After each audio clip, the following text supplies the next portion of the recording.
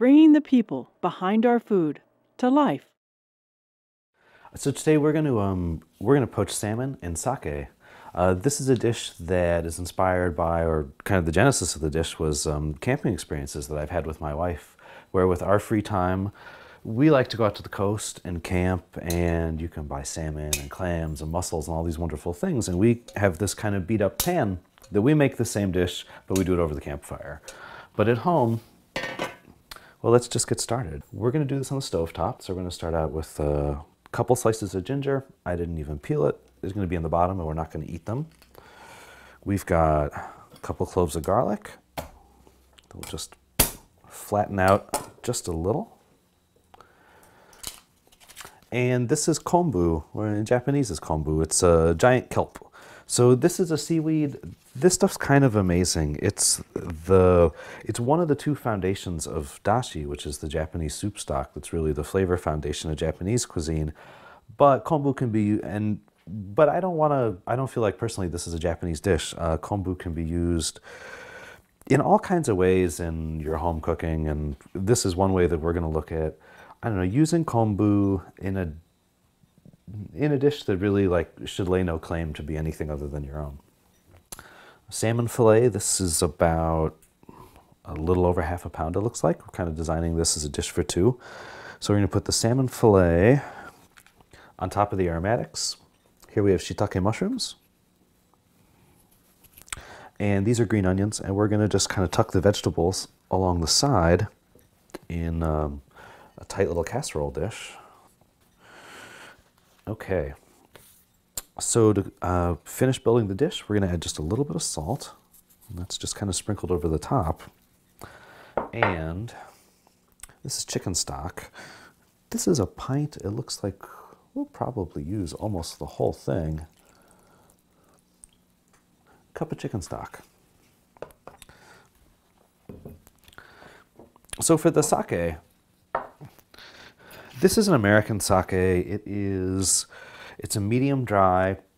For sakes for cooking, as long as you're using a product that's real sake, that's all rice, it's not it doesn't have sweeteners and this kind of thing added to it, I wouldn't worry about using the fanciest sake for cooking.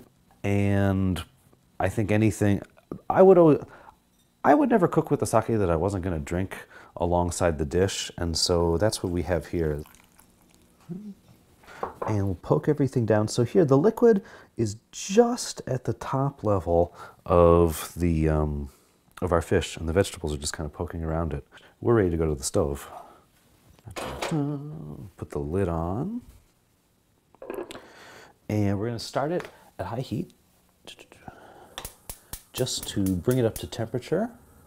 We're going to drop it down to just the barest simmer. It's pretty important that we cook this as gently as we possibly can, because what we're looking for is for the salmon to cook through just real gently, and it's going to perfume the sake and the broth that we made with the chicken stock. But also, we don't want it to get too tight, we don't want it to get too dry, we don't want it to lose all of its proteins. You'll see, when you cook salmon especially, it gets the little white beads of protein that beat up on the surface of it. We're going to try and avoid that. And the key is going to be doing it as slowly as we can. So we'll wait a second. It'll tell us when it's ready, because it's going to give off some little wisps of steam, hopefully, and we kind of work from there.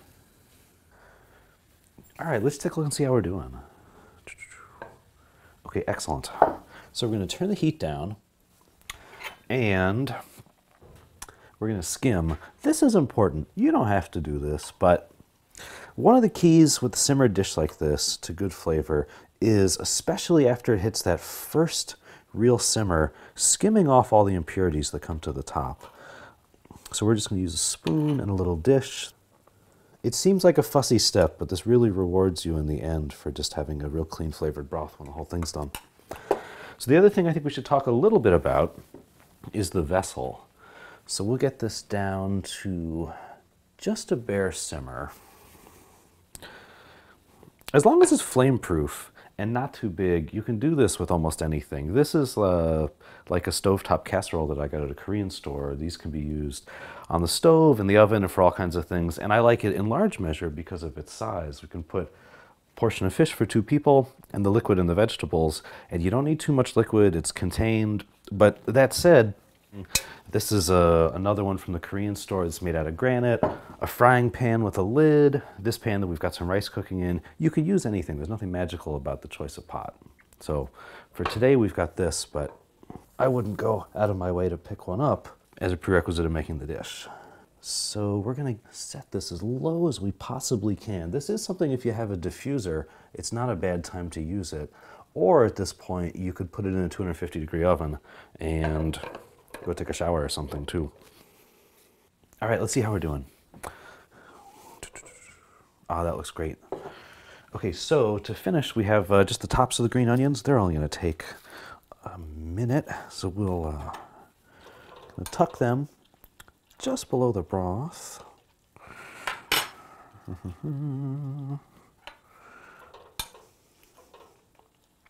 And let's see how our rice is doing. Fantastic. And we'll fluff the rice just a little. Okay, so great. So we'll put a little rice in each dish.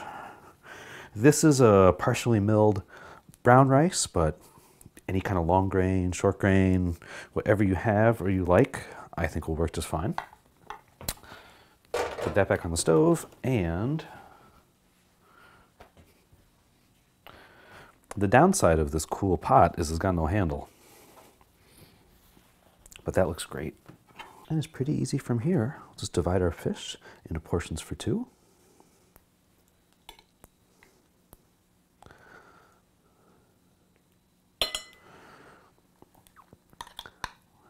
And get some of the mushrooms.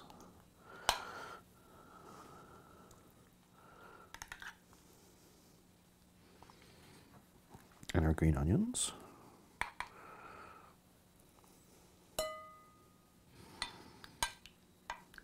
Ah, this smells fantastic.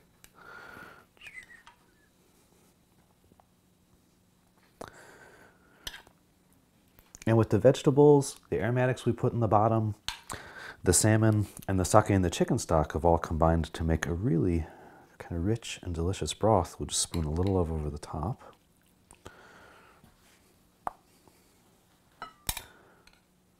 There's different ways that you can reuse the kombu in other recipes, but for our purposes here, I leave it in the dish and we won't eat it. We'll put this off to the side. To finish, this is togarashi, which is a Japanese kind of 7-spice mix that's a little bit spicy and has other aromatic qualities. And we'll just sprinkle with a little of the togarashi. And there we are.